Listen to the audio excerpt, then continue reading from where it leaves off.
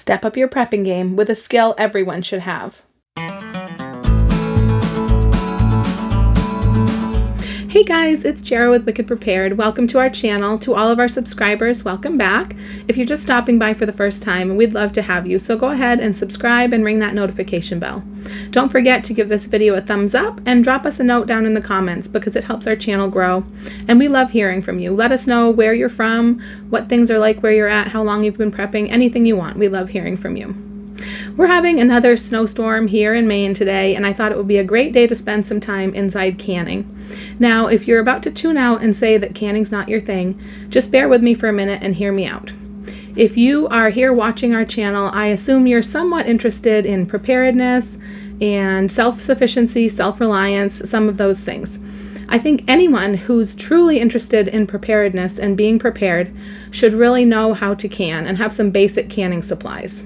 Canning is a great way to preserve food without being reliant on the electrical grid. You don't need electricity to process the food, and then you don't need electricity to store it after it's processed.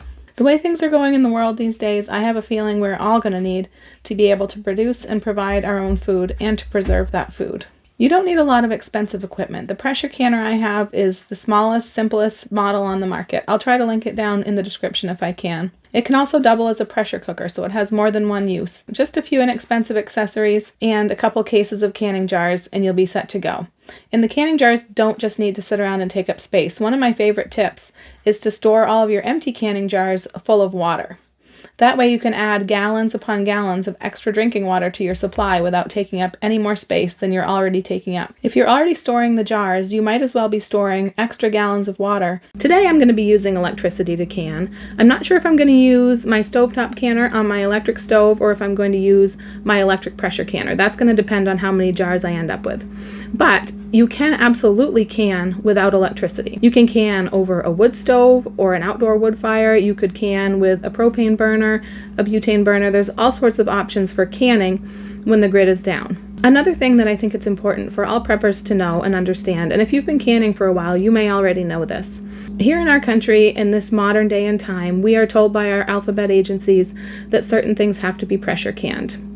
But there are plenty of times in history and plenty of places still in the world today where people don't have access to pressure canning and they hot water bath everything. I think that's something that's important to have in the back of your mind, in your knowledge bank, to know. If things get really bad, that is an option. All you need is some canning jars and some sort of a pot or kettle that will hold those jars covered with water and some sort of fire that you can boil them over. It seems to be a pretty standard rule that 3 hours in a water bath is good for most things like meats, things that would have normally been pressure canned. But I do keep, in my preparedness information, I do keep a timetable, a water bath timetable. It's from an old canning book back in the day when they did not pressure can everything. I just think it's important to know that that's an option. I'm not telling you that you should go out and do that right now. By all means, you do what you feel comfortable with, what's recommended, but it's important to know that we do have that option if times got tough. Another little tidbit of knowledge that could be useful is to understand that you really can in any type of glass jar that has a metal lid with the little rubbery gasket around it. Think maybe certain spaghetti sauce jars, pickle jars, things of that nature. Because there's plenty of areas in the world that people can't get or can't afford real canning jars, and they do use other jars for their canning, and there could come a place in time that that would be an important piece of knowledge to have. Now, I found a good sale the other day on beef roast at my local grocery store. It was $2.77 a pound. Now, my top cutoff price for beef roast has always been $3 a pound. So with the way that the prices are lately, I felt very blessed to find this sale. So I grabbed a few and decided I'm going to can them to have them shelf stable on hand for later down the road when we need them. My freezers are already packed full with meat, and I really am trying to clear out space in the freezer and make room for more fun stuff like ice cream. So canning it is. I'm going to take you along with me and show you how I do this, because just having some basic knowledge of canning some basic items, meat, vegetables, is really an important tool to have. So I've got my roasts here, and I'm going to be using today quart jars because we can easily eat a quart of meat. And I'm going to use wide mouth quarts just because it's easier to get the contents in and out of the jar. So I'm going to start by cutting the meat up into chunks. I'm going to try to get them to be pretty uniform size, although that's not necessary or important. That's just what I prefer for my own preferences. Now what I've got here is chuck tender roast and a chuck roast. I prefer chuck roast. That's usually what I always try to get. But this time they had the chuck tender and they had a bone-in chuck roast, and most of the chuck had really large pieces of bone, and I didn't want to pay for all that bone. So I did find this one that barely has a little bit of bone back here. I didn't think it had any bone from looking at it from the top. So I did get one of those. I have a couple more of the chuck tender also that I'm going to use. So I'm just going to start by cutting this up into some chunks.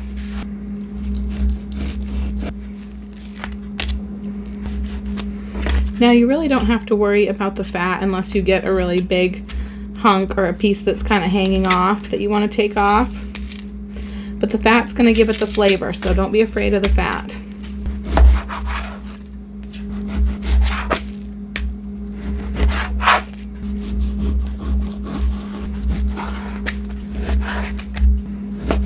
And once we've got quite a few cubes cut, we can go ahead and pack them into the jars. I want to get them in as tight as we can. So what we're doing here is raw packing and dry packing. So we're putting the meat in just completely raw, and we're not going to add any liquid.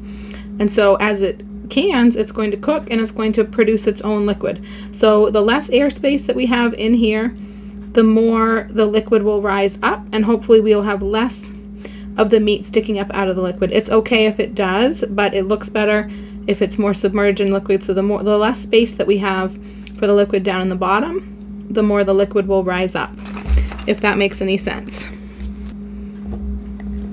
We're going to want to put this in and leave about 1 inch of headspace. So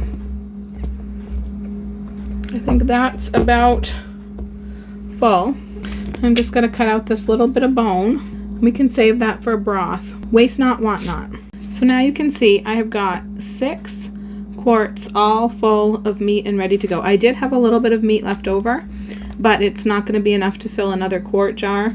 My canner will hold 7 quarts, but I'm not worried about putting 6 in there. I don't need to add an extra jar to take up the space. And I'm going to save this meat and cook it up for something to eat. So what I'm going to do now that I've got all these jars filled is I've got a paper towel with some white vinegar on it, and I'm just going to wipe the rims of all the jars. And we're doing that because in case we got any bit of the meat touching the rim of the jar or any fat, anything like that, it can affect the seal. We want to make sure that the rims of the jars are completely clean so that our jars will seal.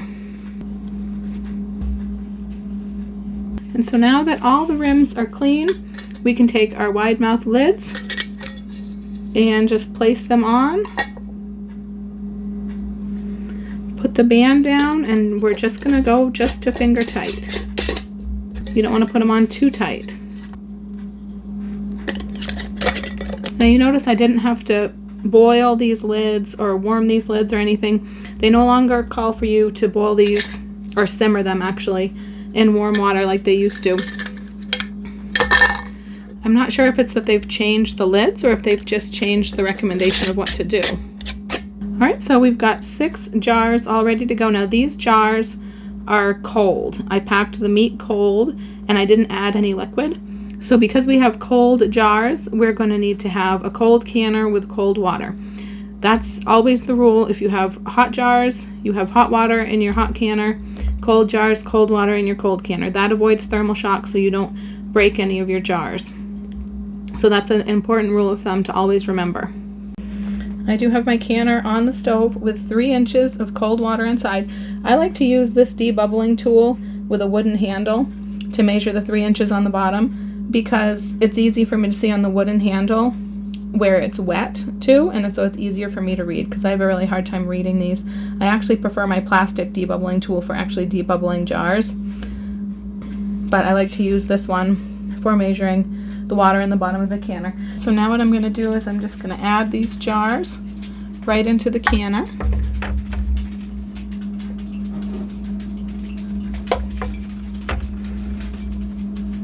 Now this used to mystify me when I first started canning, because it would say add water, 3 inches of water to the canner. I would put 3 inches of water into the canner, but as I added the jars it would go up, and I'm an overthinker, so I was always wondering, is it too much water now? But it is supposed to rise as you add the jars. It's just not supposed to go above the top of the jars, unless you're water bath canning, and that's when it's supposed to go over the top. Okay, so we've got 6 jars in the canner.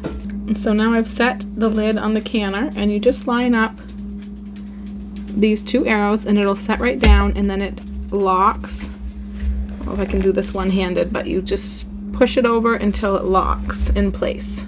So now that the lid is locked in place, we're going to get it started around a medium high heat.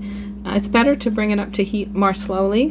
The more slow that the pressure and temperature changes, the less likely you are to have problems. But I always check this little vent before I get started. If you hold it up to the light and see if you can see through it to make sure that it's not plugged up with anything. If you should happen to need to clean it, you can use a pipe cleaner. I've got my weight here. It's not going to go on until after we've vented it, but this is 10 pounds of pressure for my area. You can check how much pressure you need for your area online. You can also find your altitude online. So what we're going to do is we're going to get this going, and we're going to wait until we see steam coming out of this middle vent, and then once we do, we're going to let it vent for 10 minutes. So now that we've got steam coming out of that, I don't know if you can see, but there is steam rising out of the vent, and so now we're just going to let this vent for 10 minutes before we add the weight.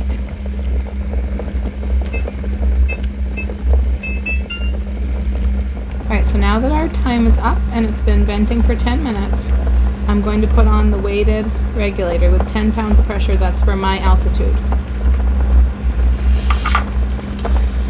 And now we just have to let it get built back up to pressure. It'll start rocking gently, and at that point we'll begin timing for our cycle, which is going to be 90 minutes for meat in quart jars. Alright guys, it started to jiggle, so we're going to start our timer. It's 90 minutes for quarts of meat.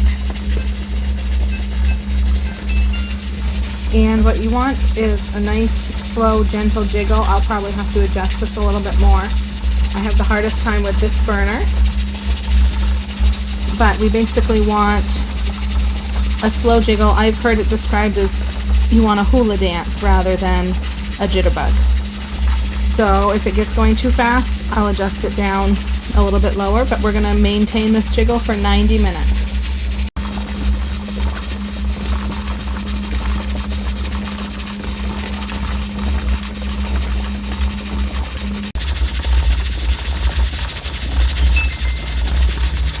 Alright guys, time's up, and that means we're going to turn off the burner.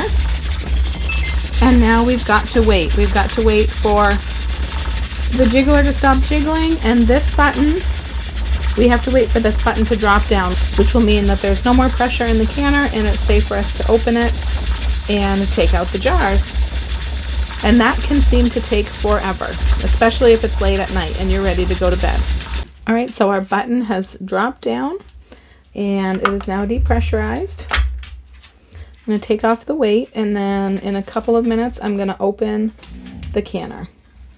Okay, so I've unlocked the canner, and when you take the lid off, you always want to tip it away from you so that you don't get that steam in the face. Alright, so I've left this set for 10 more minutes after opening, and now it's finally time to take the jars out of the canner. Now I'm going to use a jar lifter. This is a pretty basic canning tool. And you want to keep the jars coming straight up, not tip them or anything like that as you're taking them out. Now you can see the bubbles are still rising. Look at how good that looks. Look at all that juice, that broth that it made. And the bubbles are still rising, and they will continue to bubble in there and boil for quite a while actually. And I've got a towel laid out, a kitchen towel laid out, so I'm going to place these on the kitchen towel. You always want to place them on a towel, not directly on your surface, and find a spot where they can be left undisturbed for at least a good 12 hours. Like, we're getting ready to go to bed, so I'm going to leave these overnight to let them cool and finish sealing. All right, there we go. 6 quarts of beef roast canned up in its own juice. Once they've been allowed to cool completely, I usually let them set overnight because I'm usually doing my canning late at night. But not only do I see that the button has popped down, but also if you can grab them right around the edge of the lid and pick them up and the lid doesn't come off, then you know that they're sealed. One thing that I forgot to do, because no matter what I'm doing, I usually forget at least one thing, but I usually add a couple tablespoons of white vinegar into the water of my canner. And that just helps prevent, if you have hard water, it helps prevent any white residue from being left on the outside of your jars. So I'm not even sure if you can see it or not, but there is a little bit of white on the tops of my jars, but I can just wipe that down with vinegar and water on a cloth and that will be fine. And that can also help if your jars have any, if they feel dirty at all, because if you had any siphoning out of your jars, there could be some food or some fat or something in the water on the outside, but as long as the jar is sealed, it's okay. And you don't have to worry about this fat that you see on top of the meat, because fat just adds flavor to our food, and if you don't want this, you can just skim that right off before you heat it and serve it. So now just to label them and put them away. Now if y'all want to know how confused I am and how forgetful I am, I actually wrote the wrong year on the first several of these. I wrote 2033 on the first jar, 2022 on the second jar, and actually corrected myself and wrote 2023. Wrote a third jar, 2023, and then I had to stop and ask Alexa what year it was, and found out it is 2022. Oh, it stinks getting old. Okay guys, that's my process for canning beef. If you've never canned before, I hope maybe that you picked up a few tips, learned a little bit, and maybe got inspired to pick yourself up some equipment and learn basic canning. Pick yourself up some inexpensive supplies, and maybe next time, instead of buying a few cans of Keystone, you'll buy some meat on sale and try to can it yourself. And for anyone who's already an experienced canner, if you made it this far, thanks for just hanging out with me. Make sure to leave me a cow emoji down in the comments if you made it all the way to the end of the video. Give us a thumbs up, make sure you're subscribed, and ring the notification bell. I'm Jara with Wicked Prepared. Survive today, thrive tomorrow. We'll see you next time.